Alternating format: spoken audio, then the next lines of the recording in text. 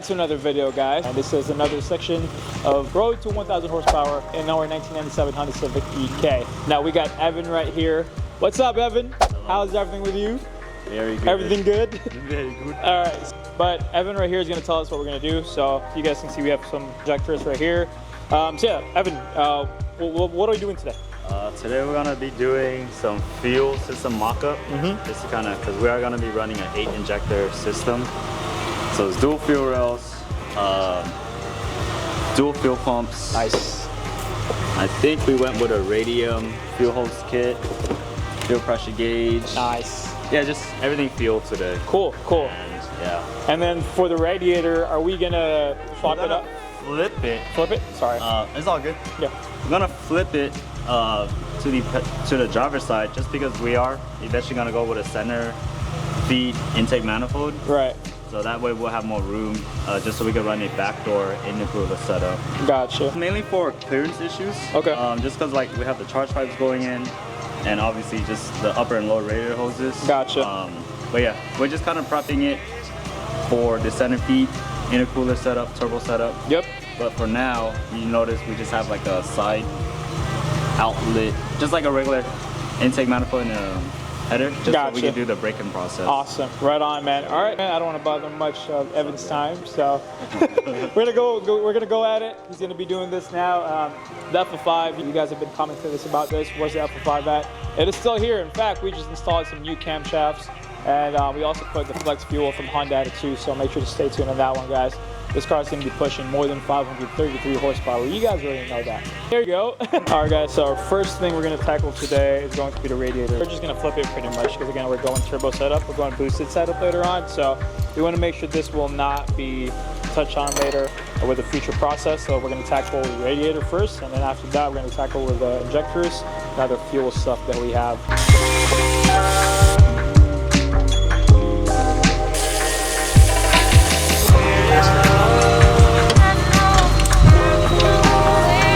You know, what does it really normally do when it comes to NA cars?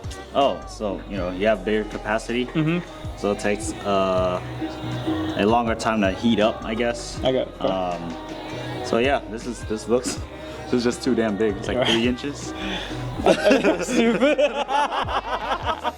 Honestly, it's a bigger core, you know, just so it could retain, or like it's just bigger capacity. Like, let's say like a stock radiator is like probably an inch thick. Is it really? Yeah, it's like this big. That's it? Like, know, yeah, it's tiny, dude. Right. So, you know, you have the bigger intakes, the bigger core. Yeah. It's just gonna be more efficient. Right. So, pretty much, the hoses is gonna go on the driver's side, correct? Yeah. Okay. It's gonna go driver's side just because everything's there. Gotcha. It's gonna be more better. Are we gonna do any modifications in that career or not? No. Okay. Because we have the 90-degree bends now. Oh, that's right. Oh, we didn't have that last time. Yeah. So. This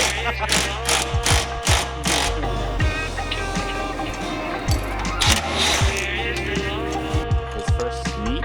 Yep. Is that first hot?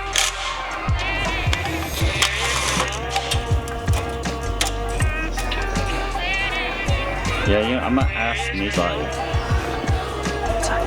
He gets rear-ended. Yeah, me, Ryan, Priscilla.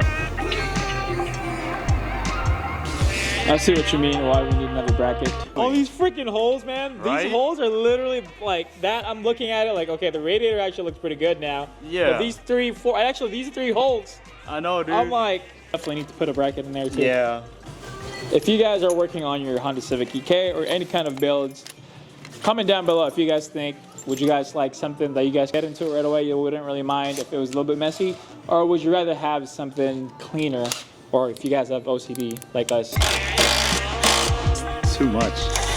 I feel like now putting the hose here, so this is what we were talking about, guys. Yeah. So 90 degrees, so we have this 90 degree now that we can put the hose. And again, we're doing this because we're going boosted later on. So I mean, we don't want to waste more time. Also, our energy taking stuff out eventually. So might as well just do it right now. Yeah, it looks better too. So these are like, this is the tuck radiator. We went with the AN lines just because it's a cleaner look. But yeah, pretty good. Okay, so now I gotta build this to here. Yes, it will work. It doesn't really matter how you place it. I mean, it will. It depends on what setup you're going, you know. But Yeah. for us, you know, this is the easiest way we're doing this, guys. Yeah, you just gotta get creative. That's Yep.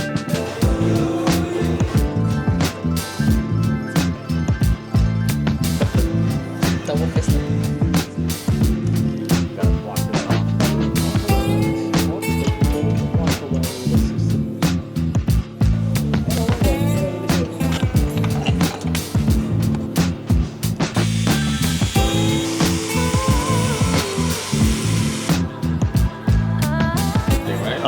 This one, yeah, you just cut the holes and you put it into place, and it's a compression fitting.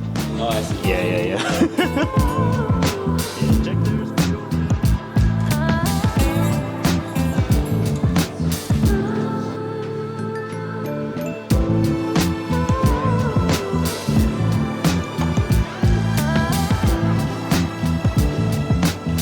All right, so we're done with the radiator, which is good. Now we are moving towards the fuel rail, right? Yeah, fuel rail. Sure. I don't even know how to put it on.